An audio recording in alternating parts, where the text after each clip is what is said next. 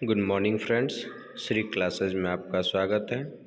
आज के सेशन में हम पढ़ेंगे इतिहास के बारे में, जिसमें हम पहले टॉपिक में पढ़ेंगे इतिहास का परिचय। दूसरे टॉपिक में हम पढ़ेंगे इतिहास का विभाजन, जो अध्ययन के दृष्टिकोण से बनाया गया है।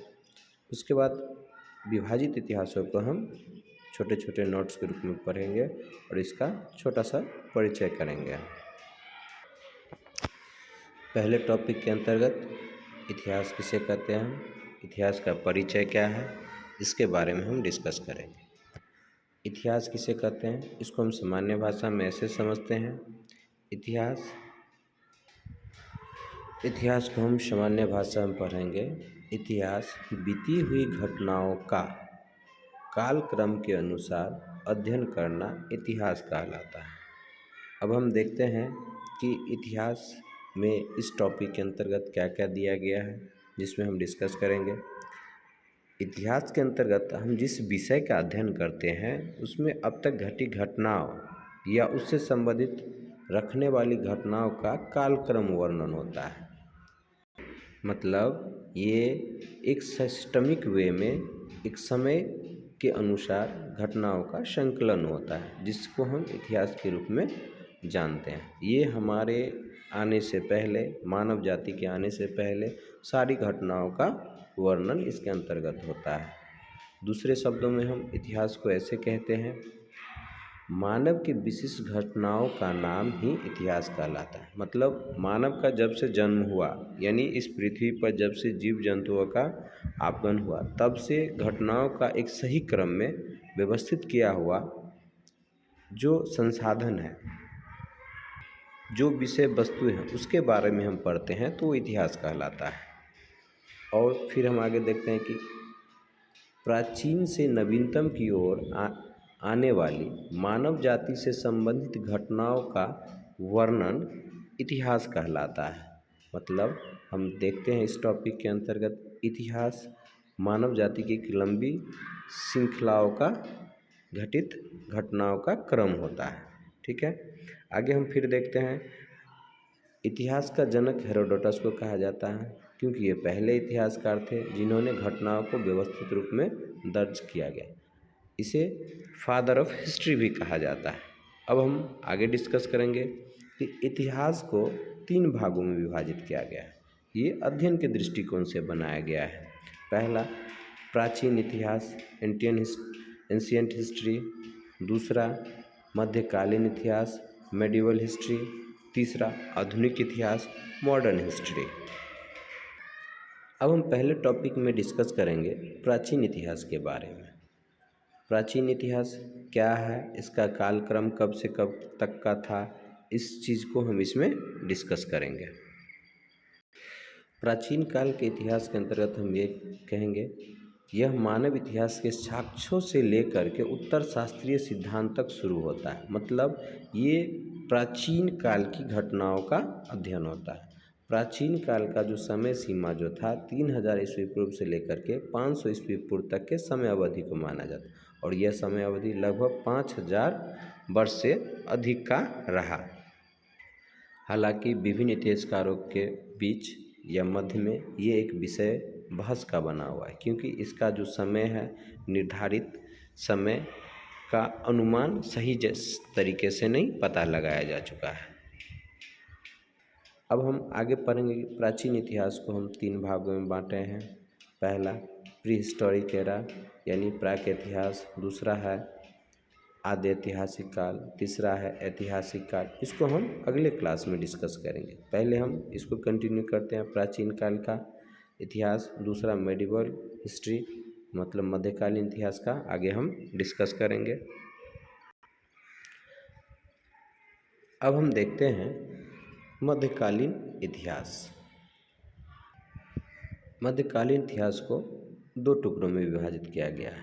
पहला जो गुप्त वंश के पतन के बाद हर्षवर्धन का समय काल था, और दूसरा जो मध्यकालीन इतिहास का जो समय सीमा आरंभ होता है 1526 से, यानी मुगल साम्राज्य से।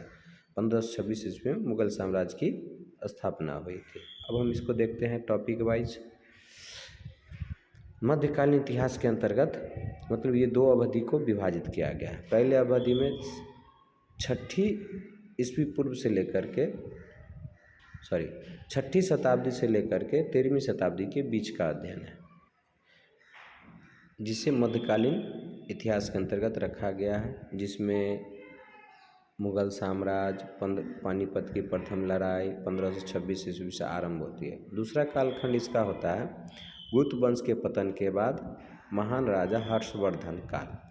यह मध्यकालीन इतिहास की शुरुआत मानी जाती है। यानी पहले टुकड़े में हम इसको पढ़ते हैं, दूसरे टुकड़े में हम इसको पढ़ते हैं।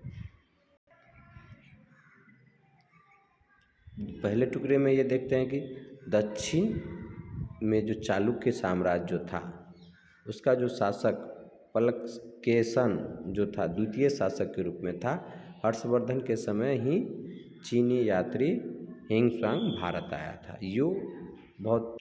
ये जो टॉपिक है ये बहुत सारे एग्जामों में पूछा गया है, जैसे बिहार लोक सेवा आयोग, एसएससी, रेलवे, इन कंपटीशनों में ये क्वेश्चन बहुत बार पूछा गया है और आगे पूछा भी जा सकता है, अतः इसको थोड़ा ज़्यादा ध्यान रखना है। अब हम आते हैं आधुनिक इतिहास काल में, मॉडर्न हिस्ट्री में। मतलब मॉडर्न हिस्ट्री का कार्यकाल कब से कब तक था, यानी समय कब से कब तक था। तो ऐसा माना जाता है कि आधुनिक इतिहास का जो आरंभ जो होता है 1757 से होता है, जो एक महत्वपूर्ण घटना घटती है और यहीं से भारतीय इतिहास में स्वतंत्रता संग्राम की एक नई नींव डाली जाती है, क्योंकि इसी समय से आरंभ होता है एक नए इतिहास का। आधुनिक इतिहास के पिता बोटेलियर को कहा जाता है, क्योंकि ये पहले इतिहासकार थे जो आधुनिक इतिहास को जनक के रूप में माना जाता है। अब दूसरे टॉपिक में हम देखते हैं कि आधुनिक इतिहास को दो भागों में बांटे। पहले हमने देखा था 1857 का, जो आरंभ होता है प्रथम सैनिक विद्रोह से। इसमें हम देखते हैं कि इसमें बहुत सारे विषय वस्तु को देखते हैं, जिसमें डच को भारत आना, पुर्तगाली, अंग्रेजी, फ्रांसीसी, ये सब भारत आते हैं और उसके बाद भारत की जो आर्थिक स्थिति होती है या राजनीतिक स्थिति है उसमें क्या परिवर्तन आता है, यह मॉडर्न हिस्ट्री के अंतर्गत है, भारतीय आधुनिक इतिहास के अंतर्गत हम पढ़ते हैं। तो इस टॉपिक को हम अच्छे से देख लेते हैं। अब आगे हम पढ़ते हैं प्राचीन इतिहास के बारे में। पहले हमने डिस्कस किया था इतिहास के प्रकार, मतलब उसमें हमने देखा था इतिहास को 3 भागों में बांटा गया था, प्राचीन इतिहास, मध्यकालीन इतिहास और ऐतिहासिक काल। प्राचीन इतिहास के अंतर्गत हम पहले पढ़ते हैं प्राक इतिहास, prehistoric area, prehistoric age. इसमें हम इस घटनाओं को शॉर्ट में अध्ययन करते हैं। ये एक ऐसा कालखंड था जिसमें इतिहास से पहले की घटना है, ठीक है। इसमें हम देखते हैं कि मतलब इसकी जो इन्फॉर्मेशन हमें प्राप्त है, जो किसी विषय वस्तु या पुरातत्व के आधार पर हम इसको डिस्कस करते हैं। क्योंकि इस समय की कोई लिखित इन्फॉर्मेशन नहीं है, कोई लिखित जानकारी प्राप्त नहीं है, यानी ऐसे कालखंड में लिपि का तो आविष्कार हुआ था, लेकिन हम वहाँ के इन्फॉर्मेशन को अभी तक पढ़ नहीं पाए हैं और जो जानकारी है वो लिखित रूप से नहीं प्राप्त हुई है। मतलब पूरा तत्वों के आधार पर, जैसे कोई नमूना हो, कोई पिक्चर हो या फिर कोई डायग्राम हो, इसके आधार पर हम इस काल के बारे में हम अध्ययन करते हैं। अब देखते हैं इसमें क्या दिया हुआ है। प्राक इतिहास काल वह काल था जिसकी जानकारी पुरातत्व के आधार पर प्राप्त होती है, यानी पुरातत्व इसके आधार पर प्राप्त होती है। इस समय में इतिहास की जानकारी लिखित प्राप्त नहीं हुई थी। क्या है? इस समय की जानकारी कोई लिखित प्राप्त नहीं होती। प्राक इतिहास काल को हम त्रस्त युगीन भी कहते हैं, क्योंकि प्राक इतिहास काल को हम ऐसे भी समझते हैं, यह इतिहास से पूर्व की घटना थी। मतलब ये इतिहास से पूर्व के पहले का घटना था, जिसमें हम प्राक इतिहास के रूप में अध्ययन करते हैं। इसमें देखते हैं यहाँ का जीवन शैली क्या था। इसमें हम कुछ शॉर्ट टॉपिक के रूप में इसको देखते हैं। हिमयुगीन मानवों का अफ्रीका से निकलकर अन्य स्थान में तक विस्तारित किया गया। आग का स्वामित्व पाया गया, आग मतलब आग का खोज किया, फिर कृषि का आविष्कार हुआ। कुछ जानवरों जैसे कुत्ते पहले मवेशी थे, कुत्ते पहले जानवर थे जिसको लोगों ने पालतू बनाया। उसके बाद हम देखते हैं उसके अलावा कई जानवर थे जो उस समय के आर्थिक दृष्टिकोण से महत्वपूर्ण था। आगे हम देखते हैं कि ऐसी चीज़ों के केवल चिन्ह ही मिलते हैं, जैसे कि पत्थर के प्राचीन औजार, पुराने मानव पड़ावों के अवशेष, गुफाओं की चित्रकारिता। पहिए का आविष्कार इस काल का एक महत्वपूर्ण आविष्कार था। पहिए के आने से मानव में अभूतपूर्व परिवर्तन हुआ, इसलिए इस काल का जो महत्वपूर्ण आविष्कार जो था पहिया, मानव इतिहास में महत्वपूर्ण स्थान रखता है। इसके पश्चात आगे कुछ भी बहुत सारे चीज़ का आविष्कार हुआ जिसको हम आगे पढ़ेंगे। प्रागैतिहासिक काल में मानवों का जो वातावरण था बिल्कुल भिन्न था, मतलब हमारे आज के समय से बहुत पहले की जो समय थी उससे बिल्कुल भिन्न था। अक्सर मानव जो छोटे छोटे कबीले छोटे छोटे टुकड़ों में रहते थे, वहाँ जंगली जानवरों को मारकर उसका शिकार करते थे और अपना जीवन यापन करते थे। इसके अलावा भोजन के जो साधन थे, जो प्राकृतिक रूप से प्राप्त होने वाले फल फूल कंद मूल, ये सब को अपना भोजन के रूप में ग्रहण करते थे। और दूसरी बात ये थी कि इस समय के लोगों को खाना बदोश भी कहा जाता था, क्योंकि वे खाद्य संग्राहक के रूप में रहते थे। एक जगह जब भोजन समाप्त हो जाता था वो दूसरे जगह पर निकल पड़ते थे भोजन की तलाश में, इसीलिए उसे खाना बदोश भी कहा गया है।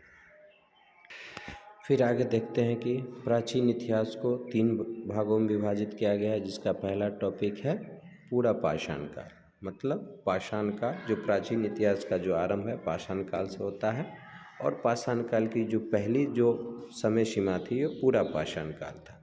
ठीक है, इसमें हम देखते हैं कि पाषाण काल जो था प्री हिस्टोरिक एज का वह समय था जब मानव पत्थर के औजार बनाते थे। मतलब छोटे छोटे पत्थर का औजार होता था जिसमें वह विभिन्न कार्यों में, जैसे कृषि हो, शिकार करना हो या खेत की जुताई करना हो, इसमें इसका इस्तेमाल करता था।